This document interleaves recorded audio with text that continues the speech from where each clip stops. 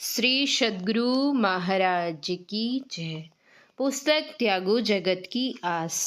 महर्षि हरिनंदन परमहंस जी महाराज का प्रवचन। हमारे गुरुदेव संत मत के शास्ता थे।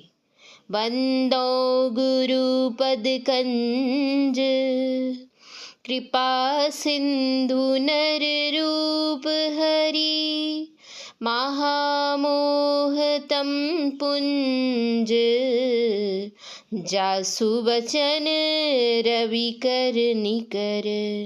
मंचासीन श्रद्धेय महात्मागण, धर्मानुरागी सज्जन वृंद तथा आदरणीय माताओं एवं पुण्यवती बहनों, हम सभी इतने सारे लोग जो यहाँ पर जमा हुए हैं, यह सब किनकी महिमा है? यह परमाराध्य संत सद्गुरु महर्षि में ही परमहंस जी महाराज की महिमा है। उनकी शरण में आने का फल है। नहीं तो सोचिए कि हम लोगों का जन्म कहाँ हुआ और इस जगह पर कहाँ कहाँ से जमा हुए हैं। जैसे चुंबक लोहे को अपनी ओर खींच लेता है, उसी तरह से संत सद्गुरु अपने सच्चे शिष्य को अपनी ओर खींच लेते हैं। हमारे गुरु महाराज ऐसे थे कि हम लोगों को अपनी शक्ति द्वारा खींचकर अपनी शरण में ले लिए। संत लोग साधारण जीव को खींचकर अपनी शरण में ले लेते हैं और उनका उद्धार कर देते हैं। इस संसार में संतों का अवतरण ही जीवों के कल्याण के लिए होता है। हम लोगों के गुरु महाराज भी बहुत बहुत कष्टों को सहकर प्रचार प्रसार करते थे। पहले पहल देहाती क्षेत्रों में, जहाँ पर किसी तरह का साधन उपलब्ध नहीं था। सड़कें ऐसी थीं जिस पर सिर्फ बैलगाड़ी ही जा सकती थी।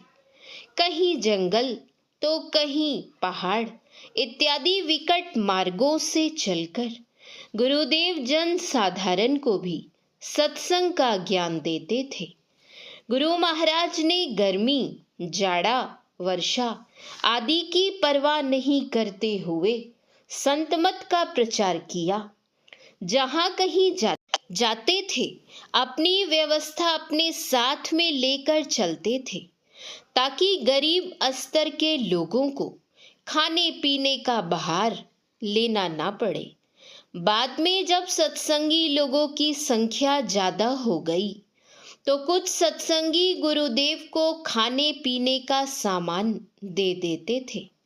गुरुदेव का जो भोजन बनाते थे, उनको गुरु महाराज हिदायत देते थे कि देखो जी, भोजन की सभी सामग्री अपने साथ रखो, कहीं पर किसी से कुछ फरमाइश मत करना।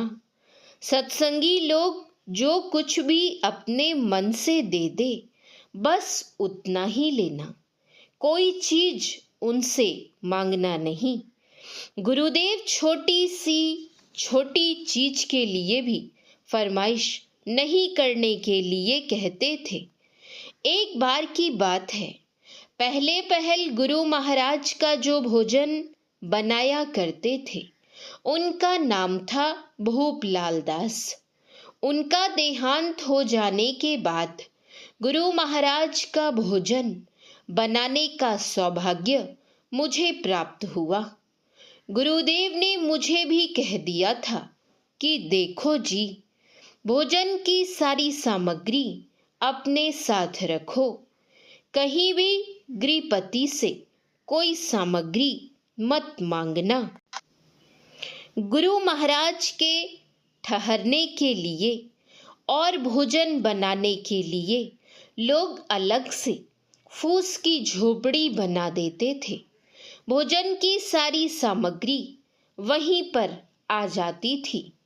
गुरुदेव का तो कहना ही था कि किसी से कुछ मांगना नहीं, साथ में जितना सामान है उतना ही बनाओ। एक बार बहुत लंबा प्रोग्राम हो जाने के कारण साथ में जो हल्दी थी वह समाप्त हो गई। अपने साथ में जो हल्दी रखते थे उसको धोकर, सुखाकर, पीसकर, छानकर डब्बा में बंद करके रखते थे। प्रायः लोग तो सारा सामान दे ही देते थे। चौका घर में लोग समूची हल्दी पहुंचाते थे। उसको धोकर सिल्ला पर पीसकर उपयोग में लाई जाती थी। एक जगह ऐसा हुआ कि सब कुछ गृहपति पहुंचाए, लेकिन हल्दी पहुंचाने के लिए भूल गए।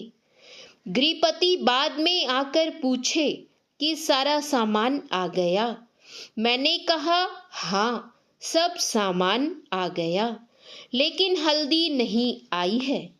यह मुझे इसलिए कहना पड़ा कि बिना हल्दी की सब्जी अच्छी नहीं लगती। गृहपति ने कहा अच्छा, मैं अभी ला देता हूँ। यह कहकर वे अपने घर चले गए। यह बात गुरु महाराज ने सुन ली और बोले कि तुमने उसे क्यों कहा कि हल्दी नहीं है? देहात है, सब सामान सबके पास सब समय नहीं रहता है। वैसे हल्दी तो हर घर में काम आती है, लेकिन बिना धोए हुए काम में लाते हैं। वे देने में संकोच करेंगे। अगर समूची हल्दी उनके घर में नहीं हो तो वे बहुत संकोच में पड़ जाएंगे। तुमने क्यों कहा कि हल्दी नहीं है? सब सामान को अपने साथ में क्यों नहीं रखते हो?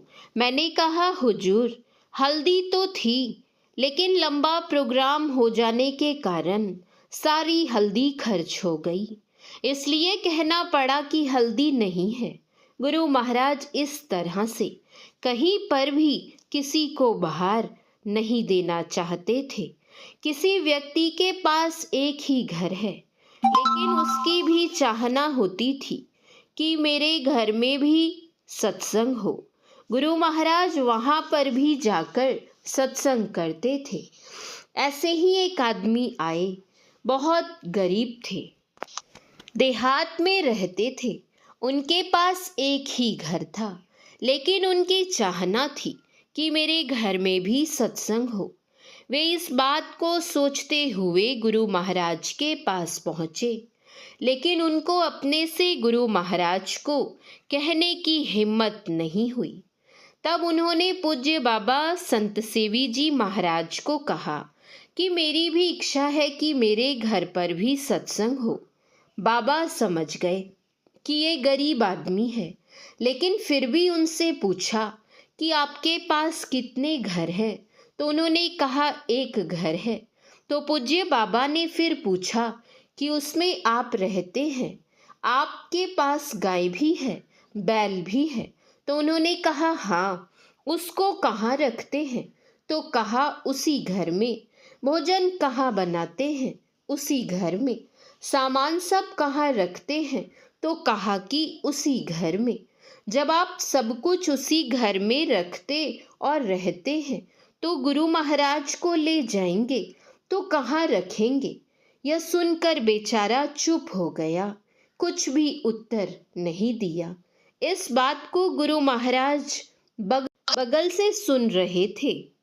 तब गुरुदेव पूज्य बाबा से बोले, संत सेवी जी, तब तो इनके यहाँ सत्संग नहीं ना होगा। यह सुनकर पूज्य बाबा भी चुप हो गए। तब उस व्यक्ति को गुरुदेव ने अपने पास बुलाया। वह व्यक्ति गुरुदेव के पास आकर प्रणाम कर खड़े हो गए। तब गुरु महाराज ने उनसे कहा, अच्छा, तुम्हारे यहाँ स्कूल भी है? तब उस व्यक्ति ने कहा कि जी हुजूर। गुरुदेव ने कहा ठीक है, उसी स्कूल में तुम्हारे पास चौकी हो तो ठीक है, नहीं तो दूसरे से लेकर धोकर लगा देना। मैं वहीं पर ठहर जाऊंगा। बिछाने के लिए मेरे पास में है ही। और एक बात सुनो, खाने पीने के लिए भी कोई व्यवस्था करने की आवश्यकता नहीं है। हमारे पास हमारे ज़रूरत का सारा सामान साथ में ही रहता है। मैं सिर्फ तुम्हारे द्वार पर सत्संग करूँगा। हमारे गुरुदेव इस तरह से घूम घूम कर प्रचार प्रसार किए। श्री सद्गुरु महाराज की जय।